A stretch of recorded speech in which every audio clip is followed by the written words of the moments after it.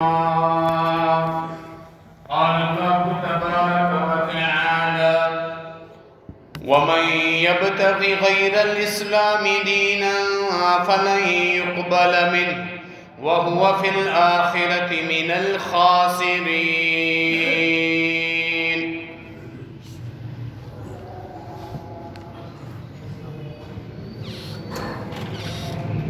سورہ آل عمران کی آیت نمبر 85 آپ کے سامنے تلاوت کی ہے۔ اللہ رب العالمین نے اسلام کو اعمال کی قبولیت کے لیے شرط قرار دیا ہے۔ اس آیت مبارکہ میں اللہ رب العالمین نے واضح طور پر یہ ارشاد فرمایا ہے کہ اسلام کے علاوہ عبادت کا کوئی طریقہ ایجاد کرے گا، وہ اس پہ عمل کرتا رہے، چاہے اس پر وہ کتنی ہی محنت کر لے، کتنی ہی وہ مشقت اور تکلیفیں اٹھا رہا ہو، اس پہ وہ اپنا مال خرچ کر رہا ہے، لوگوں کو وہ بظاہر انتہائی خوبصورت معاملہ نظر آتا ہے، لیکن اللہ کے نازل کردہ دین اسلام کے مطابق نہیں ہے۔ اللہ نے دو ٹوک الفاظ میں بیان فرما دیا ہے، فَلَن يُقْبَلَ مِنْهُ، اللہ ہرگز قطعاً قبول نہیں فرمائے۔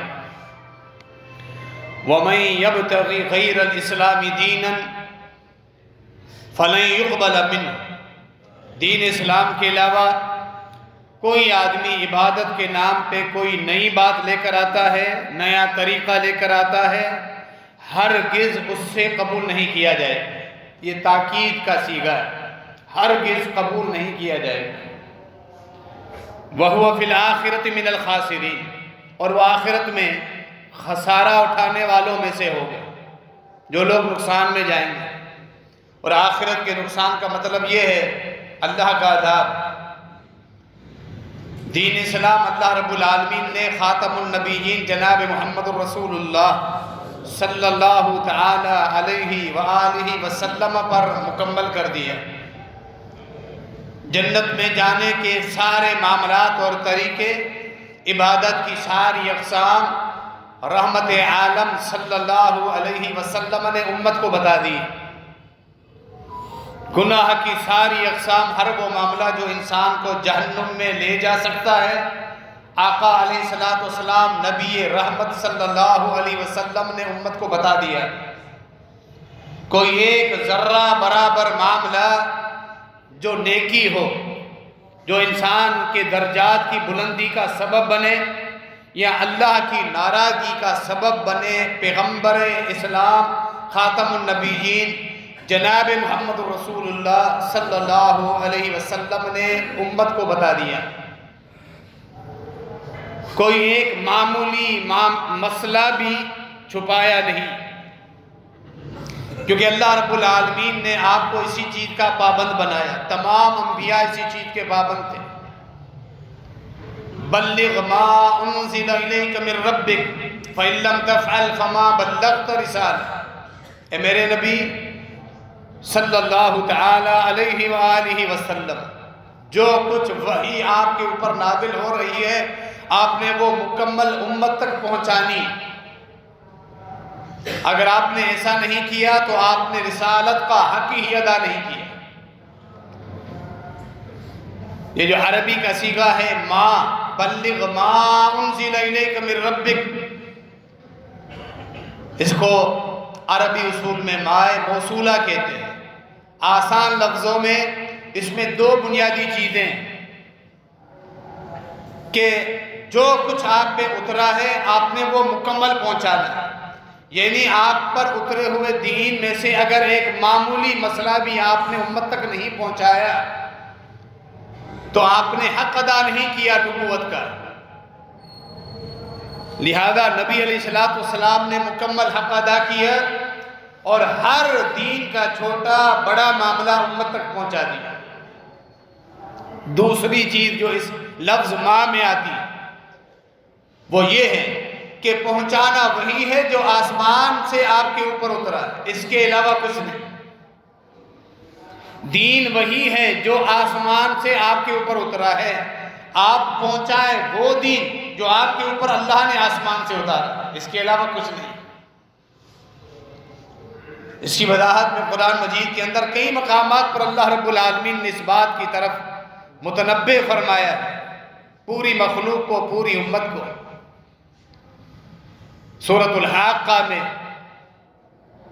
یہ الفاظ فرمائے اللہ رب العالمین نے، وَلَوْ تَقَوَّلَ عَلَيْنَا بَعْضَ الْأَقَاوِيلِ لَأَخَذْنَا مِنْهُ بِالْيَمِينِ ثُمَّ لَقَطَّعْنَا مِنْهُ الْوَتِينَ، کہ ہمارا یہ پیغمبر امین جس کو اللہ نے امانت داری کے لیے چن لیا، اس نے پورا دین تم تک پہنچایا، ایک معمولی مسئلہ بھی اپنی طرف سے اس نے شامل نہیں کیا۔ اور اگر بالفرض، یہ ہماری تنبیہ کے لیے مثال دی ہے، ہماری تنبیہ کے لیے مثال کیا ہے وہ آگے آ رہی ہے۔ اگر یہ ایک مسئلہ بھی بعض الاقاویل، شریعت کا کوئی ایک مسئلہ عبادات کے ساتھ تعلق ہو، حلال اور حرام کے ساتھ تعلق ہو، کوئی ایک مسئلہ بھی اگر اپنی طرف سے اس میں شامل کرتا، اگر ہمارا یہ نبی بھی، ہم اس کو اس کے سیدھے بازو سے، دائیں بازو سے پکڑ کر اس کی شہرت کاٹ ڈالتے، اور پھر اگر ہم اس کو پکڑتے بچانے والا کوئی نہیں ہوتا۔ یہ اللہ حکم الحاکمین کی تنبیہ ہے۔ اللہ کے نبی علیہ السلام معصوم تھے، اللہ نے جن کو امانت کے لیے چن لیا، پوری امانت امت تک پہنچائی، کما حق کو ہو، لیکن یہ جو الفاظ ہیں وہ ہماری اصلاح کے لیے کہ اللہ رب العالمین نے دین میں اضافہ کرنے کا اختیار جب اپنے پیغمبر اور نبی اور رسول، نبیوں کے امام خاتم النبیین، جس پر اللہ نے اپنے پورے خزانے نازل کر دیے شریعت کے، کوئی خزانہ اپنے پاس باقی نہیں رکھا، اسے بھی اللہ رب العالمین نے اختیار نہیں دیا تھا دین میں کوئی چیز گھٹانے کا، بڑھانے کا۔ کسی صحابی، کسی تابعی، کسی امام، کسی محدث، کسی عام امتی کو کہاں یہ اختیار کہ دین اسلام کے نام پہ پوری عبادات گھڑ کے اس کے اندر شامل کر لیں۔ دین اسلام کے نام پہ کچھ چیزیں لائیں اور اپنی طرف سے اس کو ثواب کا سبب قرار دے، فلاں کام کرو اس میں اتنا ثواب ہے، بغیر دلیل کے، نبی علیہ السلام کی رہنمائی کے بغیر، قرآن و حدیث کے بغیر۔ بہت بڑی جرأت۔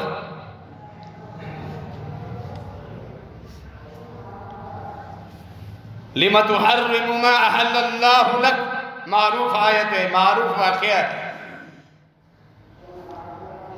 بیویوں کے ساتھ جب بعض مسائل میں نبی علیہ السلام کو غصہ آیا، اور اس غصے میں شہد کو اپنے آپ پر حرام قرار دے دیا۔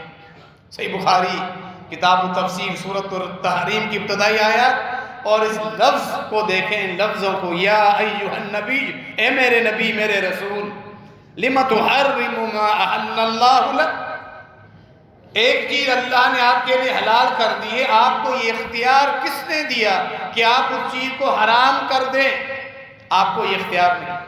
تبتغی مرضات ازواجک، اپنی بیویوں کو راضی کرنے کے لیے اللہ کی حلال کردہ چیز کو آپ حرام کیسے کر سکتے ہیں؟ نہیں، آپ کو یہ اختیار نہیں۔ واللہ غفور الرحیم، اللہ تو بڑا بخشنے والا، بڑا مہربان ہے۔ یہ حل کے انداز میں ایک تنبیہ تھی۔ کیا یہ آیت ہماری اصلاح کے لیے کافی نہیں؟ شارح حقیقی اللہ رب العالمین، اللہ نے جو دین خاتم النبیین صلی اللہ علیہ وسلم پر نازل فرمایا، وہ پورا دین آپ صلی اللہ علیہ وسلم نے اس امت کو دے دیا۔ اس امت کا کام ہے اتبعوا ما انزل الیکم من ربکم، اللہ نے ہماری ذمہ داری بھی بتا دی، نبی علیہ السلام کی ذمہ داری بھی واضح کر دی۔ جو دین تمہیں مل چکا اب تم نے اس پہ عمل کرنا ہے، مکمل دین تمہیں مل چکا، اب تم نے اس پہ عمل کرنا ہے، پیروی کرنی ہے، نہ کوئی چیز گھٹانے کا اختیار ہے، نہ کوئی چیز بڑھانے کا اختیار ہے۔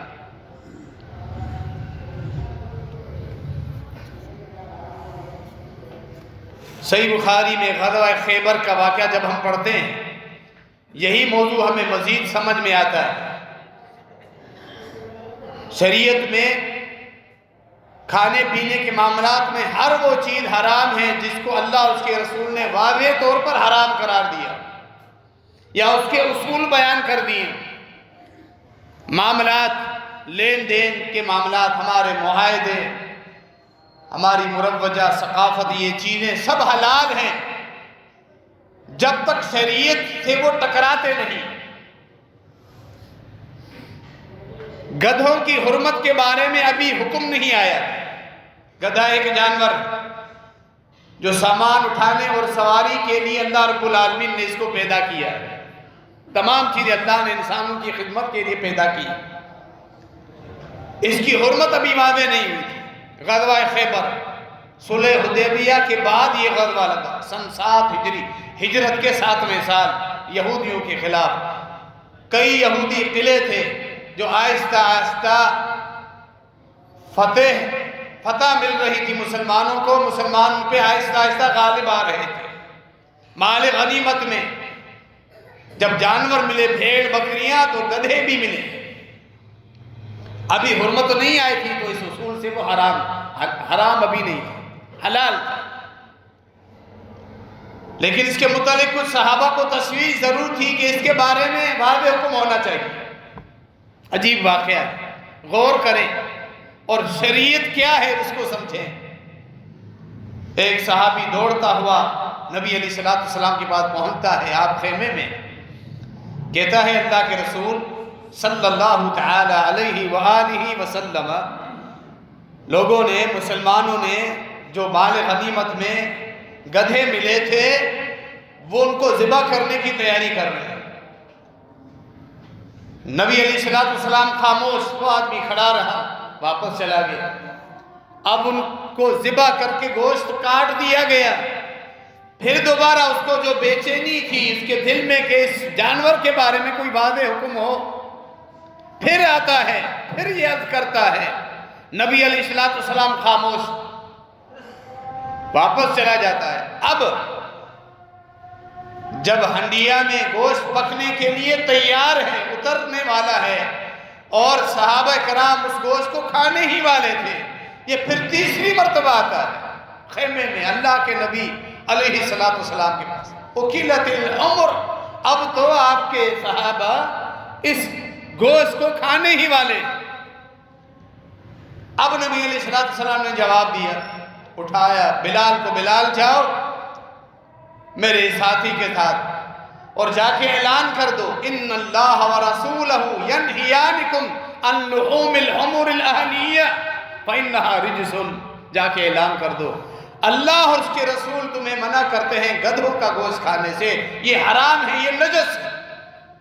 اب یہ حکم آیا، یہ جب منادی ہوئی، ہنڈیاؤں میں جو گوشت ابل رہا تھا وہ ہنڈیائیں گرا دی گئی، سارا گوشت گرا دیا گیا کہ اللہ اور اس کے رسول کا حکم آ چکا کہ یہ جانور، اس کا گوشت اب تمہارے لیے حرام ہے۔ کتاب المغازی میں امام بخاری رحمہ اللہ یہ واقعہ لائے۔ یہ جو خلاصہ آپ کے سامنے میں نے بیان کیا اس واقعے کا، ہم کیا سمجھ رہے ہیں؟ پہلی مرتبہ، دوسری مرتبہ اللہ کے نبی علیہ السلام خاموش۔ آپ کیوں خاموش ہیں؟ اللہ کی اجازت کے انتظار میں، وحی کے انتظار میں، کہ اب تک اس جانور کے متعلق میرے اوپر اس کی حرمت کا حکم نازل ہی نہیں ہوا۔ اللہ نے مجھے اختیار نہیں دیا، اس کی اجازت کے بغیر میں اپنی مرضی سے کسی حلال چیز کو حرام قرار دے دوں۔ خاموش۔ جب تیسری مرتبہ آتا ہے، وحی نازل ہو چکی، اللہ کا حکم، اللہ کے رسول کا حکم ایک ہی ہے، دونوں میں فرق نہیں۔ اب جا کے اعلان کر دو، اللہ اور اس کے رسول تمہیں منع کرتے ہیں کہ گدھوں کا گوشت آج سے تمہارے اوپر حرام ہے، یہ نجس ہے۔ جب اللہ نے اجازت دی، جب نبی علیہ السلام نے اس چیز کا حکم دیا، ایک امتی اگر دین میں کوئی نیا مسئلہ نکالتا ہے عبادت کے نام پہ جو اللہ اور اس کے رسول نے بیان نہیں کیا، وہ اللہ کے نبی علیہ السلام پر بھی تہمت لگاتا ہے، اللہ رب العالمین پر بھی تہمت لگاتا ہے۔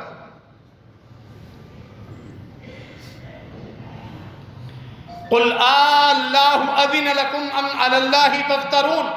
مکے کے مشرکین نے اپنی طرف سے جو حلال جانور تھے وہ کچھ خواتین اپنی خواتین پر انہوں نے اپنی طرف سے حرام قرار دیے ہوئے تھے، مردوں کے لیے حلال قرار دیے ہوئے تھے۔ اللہ نے فرمایا اس جانور کو، اونٹ کو، اس کو تم نے اپنے سے بعض مردوں کے لیے حلال قرار دیا جو مجاور ہیں بت خانوں کے، اور بعض پر حرام قرار دیا، یا تمہارے مردوں کے لیے حلال ہیں عورتوں کے لیے حرام ہیں۔ یہ حلت اور حرمت تم کہاں سے لائے ہو؟ کیا اللہ نے کوئی دین نازل کیا ہے؟ یعنی حلت اور حرمت صرف اللہ کے نازل کردہ دین میں ثابت ہوتی ہے، کسی انسان کی رائے سے نہیں، کسی انسان کے تجزیے سے نہیں۔ ام علی اللہ تفترون، یا تم اللہ پر جھوٹ باندھ رہے۔ سب سے بڑا گناہ جو بعض آیات میں اگر شرک سے بھی بڑا گناہ ہو سکتا ہے وہ یہ ہے اللہ پہ انسان جھوٹ باندھے۔ اللہ پہ جھوٹ کیسے باندھا جاتا ہے؟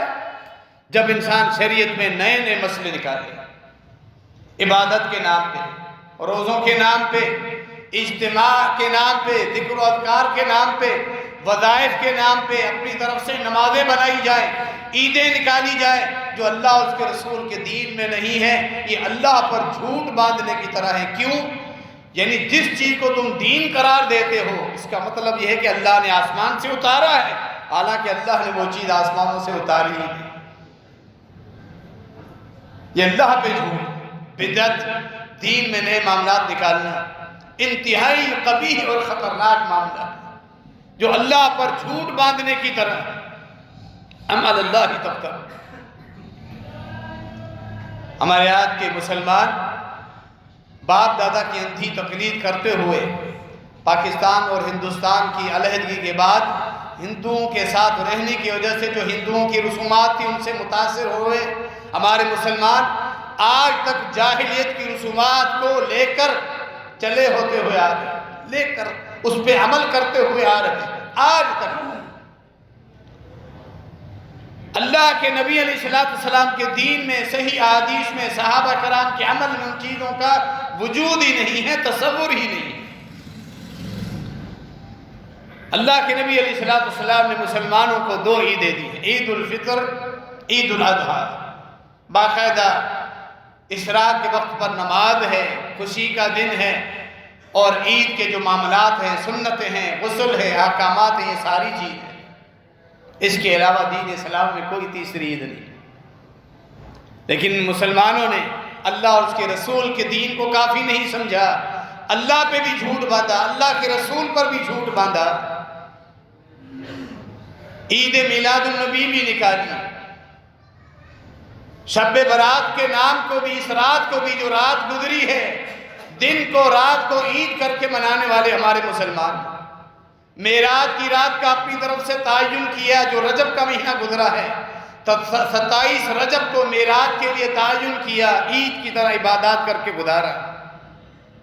کوئی عید غدیر خم مناتا ہے، کوئی عید میلاد النبی مناتا ہے، کئی عیدیں مسلمانوں نے نکال دی جو اللہ اور اس کے رسول صلی اللہ علیہ وسلم کے دین میں ہے ہی نہیں، کا تصور ہی نہیں۔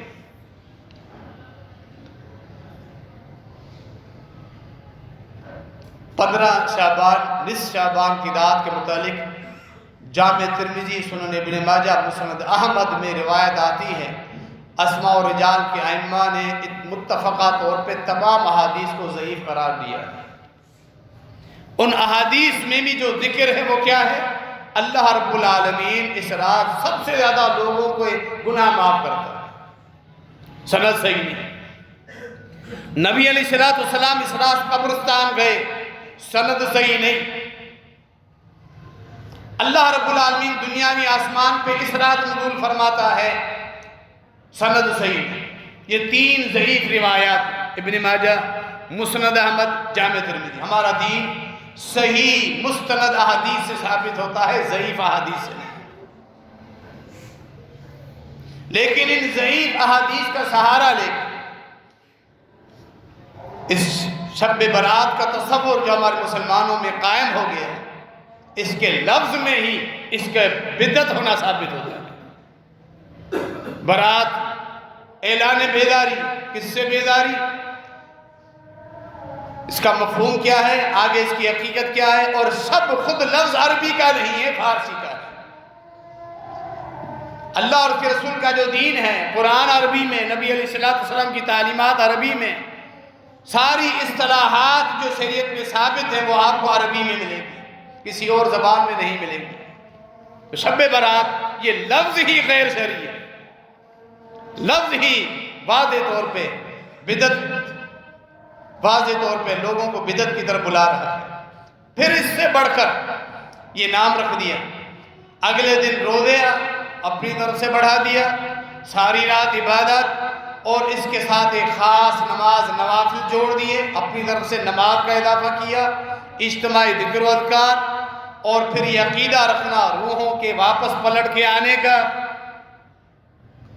کہ روحیں واپس آتی ہیں اپنے اپنے گھروں کو، اسی لیے خوب حلوے اور بریانی اچھی چیزیں پکاؤ، اب وہ روحیں آ کر کھائیں گی، یہ بریانی دنیا میں واپس آ جائیں گے، حلوے کھائیں گے، خود کھا رہے ہیں، مسجد میں مولیوں کو کھلا رہے ہیں، ان کا پیٹ بھر رہے ہیں، یہ سمجھ رہے ہمارے جو باپ دادا کو ایصال ثواب مل رہا ہے، ان کی روحیں کھا رہی ہیں۔ جاہلیت، یہ جو عقیدہ تناسخ ہے ہندوؤں کا، کہ مرنے کے بعد پھر روح دوسرے جانور میں، اچھا ہے تو وہاں کنورٹ ہو جاتی ہے، برا ہے تو کتے اور سور میں کنورٹ ہو جاتی ہے، یہ وہی اسی سے متاثر ہے ہمارے مسلمان، کہ روحیں واپس آ جاتی ہیں۔ اور پھر خصوصی بیری کے پتوں کے ساتھ غسل کرنا، سارے سال کے گناہ معاف ہو جاتے ہیں۔ شرک ہو، بدعات ہو، یہ ساری چیزیں ہوں، نہ اللہ کے فرائض ہیں نہ سنت کا اہتمام، سارے سال میں بیری کے پتوں سے غسل کرو گے گناہ معاف، خود ساختہ دین۔ ابتدا میں نے اسی لیے آیت پڑھی، وَمَن يَبْتَغِ غَيْرَ الْإِسْلَامِ دِينًا فَلَن يُقْبَلَ مِنْهُ، اسلام کے علاوہ عبادت کے نام پہ کسی آدمی نے کوئی طریقہ نکالا، لوگوں کا جم غفیر اس پہ عمل کرنے والا ہوئے، پورا ملک، پوری ریاست، پورے شہر کے شہر، لیکن وہ دین نہیں،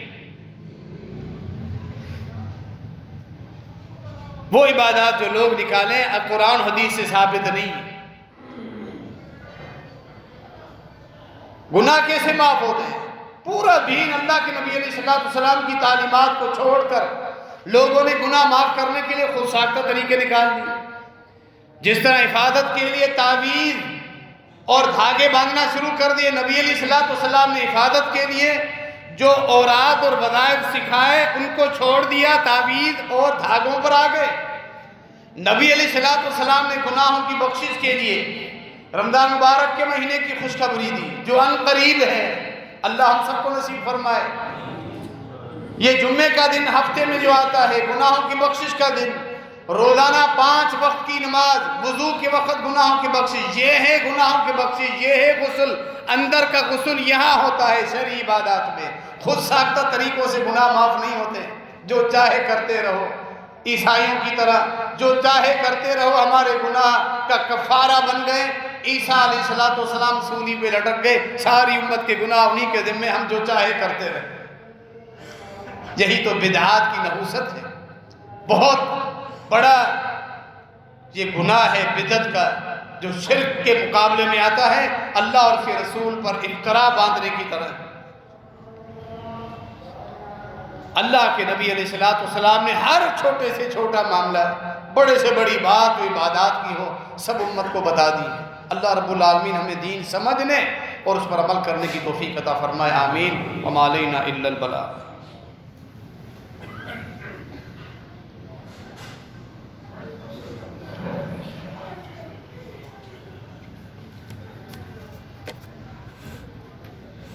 ان الحمد للہ نحمده ونستعینه ونستغفره ونعوذ باللہ من شرور انفسنا ومن سیئات اعمالنا، من يهده الله فلا مضل له ومن يضلل فلا هادي له، واشهد ان لا اله الا الله وحده لا شريك له، واشهد ان محمدا عبده ورسوله۔ صحیح مسلم کی روایت آتی ہے، اللہ کے نبی علیہ السلام نے صحابہ کرام کو شروع دین میں قبرستان جانے سے روکا ہوا، عقائد کی حفاظت کے لیے، کیونکہ قبرستان اور قبر کے متعلق اگر غیر معمولی عقیدہ ہو وہیں سے شرک کی ابتدا ہونا۔ اس شرک کی ابتدا سیدنا نوح علیہ السلام کی امت میں ہوئی، جنہوں نے بزرگان دین کے فوت ہونے کے بعد ان کی محبت میں غلو کیا اور مرنے کے بعد یہ عقیدہ رکھا کہ وہ ہماری مدد کر سکتے ہیں۔ یعنی ہمیشہ شرک کی جو ابتدا ہوتی ہے وہ قبر سے ہوتی ہے۔ یہ ایک علیحدہ موضوع ہے جس کا خلاصہ یہ ہے کہ دین اسلام نے انتہائی حساس طور پر قبر کے متعلق سخت احکامات دیے ہیں، کیونکہ یہ انتہائی حساس معاملہ ہے شرک کا، جس سے انسان کے سارے گناہ تباہ و برباد ہو جاتے ہیں، کوئی نیکی اللہ کے ہاں قبول نہیں ہوتی۔ کہ قبر کے متعلق تمہارا عقیدہ ہو کہ اس صاحب قبر سے مجھے کچھ مل سکتا ہے، کچھ فیوز اور برکات مل سکتی ہیں، یہی سے تمہارا عقیدہ تباہ و برباد ہو جائے، اور یہی شرک کی جڑ ہے۔ ہندوستان اور پاکستان میں جو مزارات، خانقاہ نظام ہے، قبر ہے، مقبرے، آپ کو جو شرک ملے گا، شرک کا ایک پھیلا ہوا جال آپ کو ملے گا، جگہ جگہ آپ کو لوگوں کے حاجت روا، مشکل کشا، بیٹے دینے والے، رزق روزیاں دینے والے، بیماریوں سے شفا دینے والے، ان کے پڑوس میں ہر مسجد میں، مسجد کے پہلو میں، نیچے زمین کے سوئے ہوئے ان کے وہ حاجت روا اولیاء کرام موجود ہیں، اللہ کو بلانے کی لوگوں کو ضرورت ہی نہیں ہے۔ یہی قبروں کا شرک جس سے نبی علیہ السلام نے منع فرمایا۔ جب صحابہ کرام کے عقائد پختہ ہو چکے، دین سمجھ چکے، فوت ہونے والا ہمیں نفع نقصان نہیں دے سکتا، فرمایا کنت نہیتکم عن زیارت القبور الا فزوروها فانها تذکرکم الاخرہ۔ میرے ساتھیو، میں نے تمہیں قبرستان جانے سے روکا ہوا تھا، صرف میت ہو جاتی تدفین کر کے واپس آ جاتا، زیارت کے لیے ایسے ہی قبروں کو دیکھنے کے لیے جانے سے روکا ہوا تھا، اب تمہیں اجازت ہے، اب تمہیں اجازت ہے، جاؤ، اس سے تمہیں آخرت یاد ہے، آخرت کی یاد ہے۔ یہ حکم ہے نبی علیہ السلام کا، صحیح مسلم کے لیے۔ اسی لیے نبی علیہ السلام نے قبروں کو پختہ کرنے سے ہی منع کیا ہے۔ اگر تم قبروں کو پختہ کرو گے، لوگ سمجھیں گے صاحب قبر کو کچھ اختیارات، طاقت ہے کہ قبر میں کچھ مل سکتا ہے۔ شریعت نبی علیہ السلام کا دین یہ قبر کو پختہ کرنا منع ہے، لوگوں کا خود ساختہ دین یہ، قبر کو پختہ کرنا تو دور کی بات ہے، جہاں نبی علیہ السلام کی شریعت میں قبر کو ایک بالش سے زیادہ 4-5 انچ سے زیادہ اوپر نہیں، مٹی کے اس ڈھیر کو 5-6 انچ سے زیادہ اوپر اس کو نہیں کر سکتے، اور وہ کچی قبر ہو۔ ہماری صوفیت جو پاکستان اور ہندوستان میں ان قبروں کو پختہ بنانا تو دور کی بات ہے، مضبوط عمارتیں بن چکی، مضبوط عمارتیں، خوبصورت عمارتیں، ماربل اور ٹائلز کے ساتھ، کئی ایکڑ زمین کے اراضی پہ اس مردے نے قبضہ کیا ہوا ہے، بہترین خوبصورت بڑی بڑی عمارتیں محلات کی طرح بنی ہوئی ہیں۔ وَمَن يَبْتَغِ غَيْرَ الْإِسْلَامِ دِينًا فَلَن يُقْبَلَ مِنْهُ، یہ دین اسلام نہیں۔ لوگوں کا جنب غفیر وہاں ہو، وہاں پھر جو جو معاملات ہوتے ہیں سب دین میں نہیں ہے، دھمالے ڈالنا، لوگ عبادت سمجھ کے عرس کے موقع پر کسی ولی اس کے مزار پر، قبر پر جا کے دھمالے ڈالتے ہیں، ڈانس کرتے ہیں، بھنگڑے ڈالتے ہیں، مرد ہو عورتیں ہو، بال کھول کے وہ بھنگڑے ڈال رہے ہیں۔ یہ رقص میں ہے، یہ عبادت میں ہے، یہ حلول میں ہے، یہ سرور میں ہے، یہ الفاظ ان کو دیے جاتے ہیں، یہ ان کی عبادت ہے جن کا دین سے کوئی تعلق ہی نہیں، یہ دین ہی کچھ اور ہے۔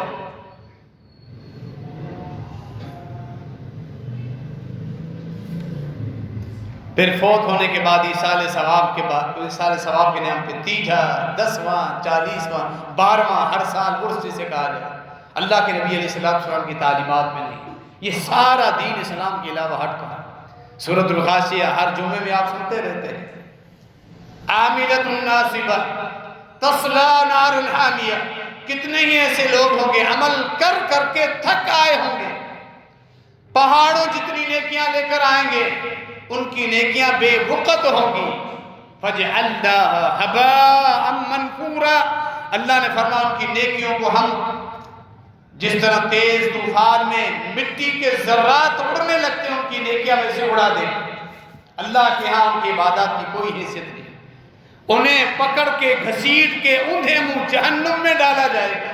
ایسے بھی لوگ روزہ رکھ کے بھوکے اور پیاسے رہیں گے، اپنی طرف سے خود ساختہ دین کی بنا پر، سوائے بھوک اور پیاس کے اللہ کے ہاں کچھ بھی نہیں، کہ بدعات نبی علیہ السلام کے دین میں اضافہ ہے۔ تو نبی علیہ السلام نے اسی لیے قبرستان جانے سے منع کیا ہوا تھا، پھر اجازت دی تم جا سکتے ہو۔ پوری شریعت میں قبرستان جانے کے لیے کوئی دن، کوئی مہینہ، کوئی سال مختص نہیں کیا اللہ کے نبی علیہ السلام۔ کسی امتی کو کیا اختیار ہے کہ کوئی خاص مہینہ شعبان کا، رمضان کا، محرم الحرام کا قبرستان جانے کے ساتھ خاص کرے کہ اس دن جمعے کے دن جاؤ تمہیں زیادہ ثواب ملے گا، 15 شعبان کو قبرستان جاؤ تمہیں زیادہ ثواب ملے گا؟ قطعاً نہیں، یہ نبی علیہ السلام کا دین نہیں، یہ صوفیت ہے، تمہارا خود ساختہ دین ہے۔ کافلوں کے کافلے، ریلے کے ریلے قبرستان جا رہے ہیں، مرد ہیں، عورتیں ہیں، وہاں قبرستان جا رہے ہیں، جنہیں عبادات نہیں ہے، یہ ہلا گلا ہے، ایک تفریح ہے، ایک پکنک ہے۔ یعنی مسلمانوں میں آج ان کی ذہنیت یہ دیکھ کے افسوس ہوتا ہے کہ ان کو عید کے نام پہ کوئی بھی ایونٹ مل جائے نا یہ منائے، ترس رہے ہیں ہمیں ایونٹ مل جائے، چاہے وہ بدعت ہو، چاہے وہ فحشکاری ہو، چاہے فحشکاری کے نام پہ ویلنٹائن ڈے ہو جس کا مطلب ہی فحشکاری ہے، غیر مرد کا غیر عورت کے ساتھ تعلقات قائم کرنا، اس کو بھی ایونٹ کے دن پہ مناؤ گے۔ ثقافتی دن کے نام پہ فحشکاری ہو، اس کو بھی لوگ منائیں گے۔ میلاد النبی کے نام پہ عید کا نام دے تو لوگ تیاری کریں گے، کپڑے پہنیں گے اور عید کی طرح منائیں گے۔ ان کو ایونٹ چاہیے، چاہے دین میں ہو یا نہ۔ یہ اس امت کی حالت ہے آج کے اس دور میں۔ نبی علیہ السلام نے اس چیز کا تعین نہیں کیا۔ 15 شعبان خصوصی طور پہ قبرستان جانا اور پھر یہ عقیدہ رکھنا کہ ان کی روحیں آتی ہیں۔ وَلَن يُؤَخِّرَ اللَّهُ نَفْسًا إِذَا جَاءَ أَجَلُهَا، جس انسان پہ موت آ جائے اللہ رب العالمین دنیا میں قطعاً وَلَن، یہ بھی تاکید کا صیغہ ہے، قطعاً اسے دنیا میں واپس نہیں بھیجے۔ یہ قرآن ہے۔ اس جاہل قوم نے لوگوں کو یہ دھوکہ دیا کہ روحیں واپس آتی ہیں۔ اللہ کا قرآن کیا بول رہا ہے؟ قطعاً واپس نہیں آتی، تم کہتے ہو روحیں واپس پلٹ کے آتی ہیں، کہ اس رات کو فیصلے ہوتے ہیں، وہ لیلۃ القدر ہے۔ اِنَّا أَنزَلْنَاهُ فِي لَيْلَةٍ مُبَارَكَةٍ، ہم نے اس قرآن کو برکتوں والی رات نازل کیا، وہ قدر کی رات ہے، شب قدر، لیلۃ القدر، جو رمضان کے آخری عشرے میں آتی ہے۔ شب برات نہیں ہے، جہاں تقدیریں پورے سال کی لکھی جاتی ہے، سال کے فیصلے ہوتے ہیں، وگرنہ اصل پوری تقدیر تو لوح محفوظ میں اس کائنات کو پیدا کرنے سے 50,000 سال پہلے اللہ نے لکھ دی ہے۔ یہ ہمارے عقیدے کا لازمی جز، ایک ایک سال کا شیڈول فرشتوں کو بتایا جاتا ہے۔ لیلۃ القدر شب برات نہیں، یہ خود ساختہ تمہاری راتیں ہیں، عبادات ہیں، ساری رات جاگتے رہو، تقریریں کرتے رہو، خود ساختہ نمازیں پڑھتے رہو، صلاۃ غوثیہ نام دے دے اس کو، اور پھر 6 نوافل پڑھ کے اس میں اپنی طرف سے ثواب بھی جوڑ لو۔ یہ اللہ اور اس کے رسول پہ ڈاکہ ڈالنے کے مترادف اور خطرناک معاملہ ہے۔ سیدنا عبداللہ بن مسعود رضی اللہ تعالیٰ عنہ فرماتے دین کیا ہے، صحابہ کرام کو دیکھیں دین ہمیں کیسے ملا اور کیسے اس میں عمل ہوتا ہے۔ کہتے ہیں اللہ کے نبی علیہ السلام، صحیح بخاری میں ان کے الفاظ موجود ہیں، عبداللہ بن مسعود فقہا اور کبار بڑے برگزیدہ صحابہ کرام میں ان کا شمار ہوتا ہے۔ سلام پھیرنے کے بعد نبی علیہ السلام ہم صحابہ کی طرف کبھی دائیں طرف سے مڑتے تھے، کبھی بائیں طرف کی مڑتے تھے، کبھی ایک طرف کو تعین نہیں کیا۔ اگر کوئی امام لا یجعلن احدکم للشیطان من نفسہ جزءا، عبادات کا حصہ شیطان کے نام نہ کرے، جو امام کہے کہ نہیں میں ہمیشہ سلام پھیرنے کے بعد سیدھی جانب سے ہی مڑتا رہوں گا، مقتدیوں کی طرف اپنا رخ کروں گا، اس نے ایک ایسی چیز کا تعین کیا جو تعین اللہ کے نبی علیہ السلام نے نہیں کی، گویا کہ اس نے یہ چیز شیطان کو دے دی ہے، اللہ کو نہیں دی۔ یہ ایک اصول ہے، یہ ایک عام سی بات نہیں ہے۔ دین اسلام کے ہر معاملے میں جو تعین اللہ اور اس کے رسول نے نہیں کیا ہم نہیں کر سکتے۔ اللہ رب العالمین ہر رات دنیا میں آسمان میں نزول فرماتا ہے۔ اللہ کی رحمت کو ظالموں نے سکیڑ دیا۔ سارے سال میں صرف ایک رات جس کا انتظار کرو کہ آج رات اللہ رب العالمین دنیا کے آسمان پہ نزول فرمائے گا، جو مانگنا ہے مانگ لو۔ ظالموں، اللہ رب العالمین ہر رات جب تہائی پہر باقی بچ جاتا ہے، تہائی حصہ فجر تک، اللہ رب العالمین کتنا قریب ہے، کریم ہے ہمارا، کتنا مہربان ہے، بندوں کتنا قریب آ جاتا ہے۔ اپنے مبارک ہاتھ اللہ رب العالمین اپنا مبارک ہاتھ پھیلا دیتا ہے۔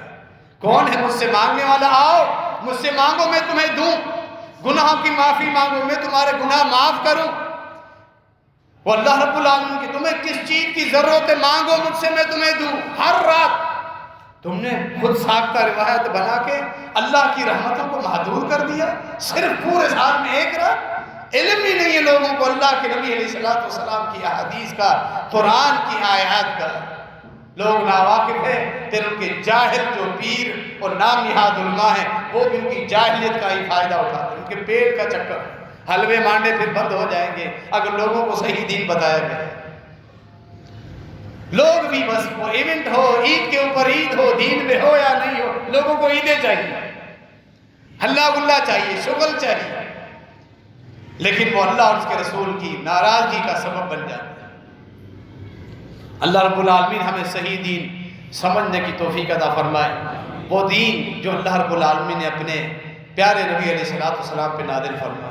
اہل الحدیث، اہل حق خوش نصیب ہیں، یہ ان کا ترہ امتیاز۔ ایسی بدعات جب آتی ہے تو لوگوں کو آنکھیں کھولنے کے لیے ایک اشارہ ہے، اہل حق کو پہچانو، اہل حق کو پہچانو۔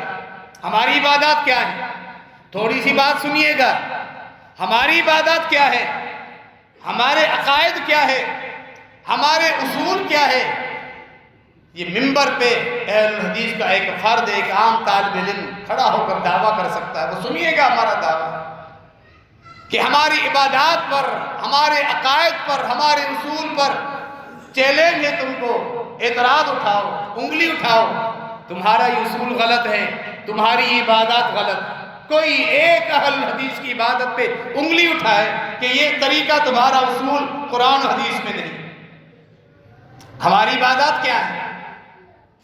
500 وقت کی نماز، سنن رواتب، تہجد، اشراق، چاش، رمضان مبارک کے روزے، نفلی روزے، عرفہ کا روزہ، محرم الحرام 9 اور 10 کا روزہ، 9 ذی الحجہ، عرفہ، پیر اور جمعرات، ایام بیل 14، ہر مہینے کے نفلی روزے 13، 14، 15، یا ایام سرور 26، 27، 28۔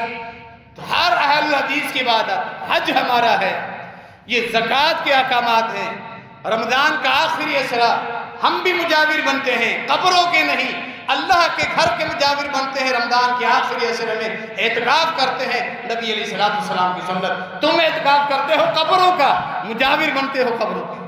انگلی اٹھاؤ، کرو اعتراض اہل حدیث کی کسی ایک عبادت پر، چیلنج۔ ایک طالب علم اللہ کے نبی علیہ السلام کی وراثت، مسئلہ کے گھر، اس کے منبر اور مصلی پہ کھڑے ہو کر دعویٰ کرتے، ہم انگلی اٹھائیں گے تمہاری بدعات پر، ہمیں حق ہے، تمہیں حق نہیں ہے۔ تم اگر اعتراض کرو گے دین سے خارج ہو جاؤ گے۔ کہ ہمارا اصول ہے قرآن و حدیث، اس اصول پہ تو اعتراض کرو۔ ہمارا اصول ہے دین وہ ہے جو قرآن و حدیث میں ہے۔ کسی کو طاقت ہے اعتراض کرے، کرو اعتراض، دین سے خارج ہو جاؤ گے۔ یہ حقانیت۔ 5 وقت کی نماز پہ اعتراض کرے جو اہل حدیث کی عبادت، رمضان کی محنتیں، اعتکاف، لیلۃ القدر کی تلاش میں ساری رات جاگنا، یہ ساری چیزیں جن پر پوری امت کا اجماع ہے۔ کوئی نئی بات دکھاؤ اہل حدیث کے اندر۔ یہ حقانیت کی پہچان ہے لوگوں، اہل حق کو پہچانو، اہل بدعت کو پہچانو۔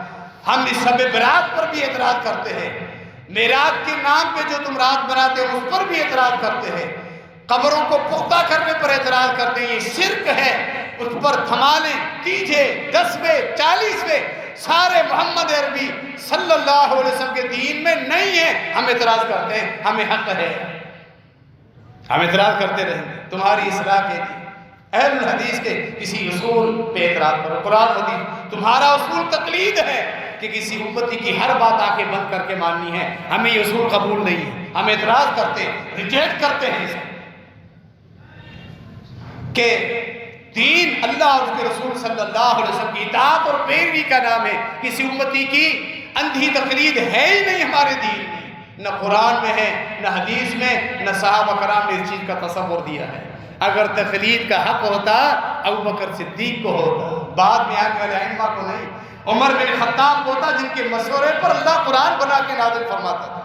اگر تقلید کا امت میں کسی کو حق ہوتا, کسی بزرگ دین کی قبر پر میلے دھمالے لگانے کی اجازت ہوتی, حاجت روا بنانے کی اجازت ہوتی, امت کے سب سے بڑے ولی ابو بکر صدیق رضی اللہ تعالیٰ عنہ کی قبر پر اجازت ہوتی. لیکن نہیں, یہ سارا شرک اہل حق کو پہچانے.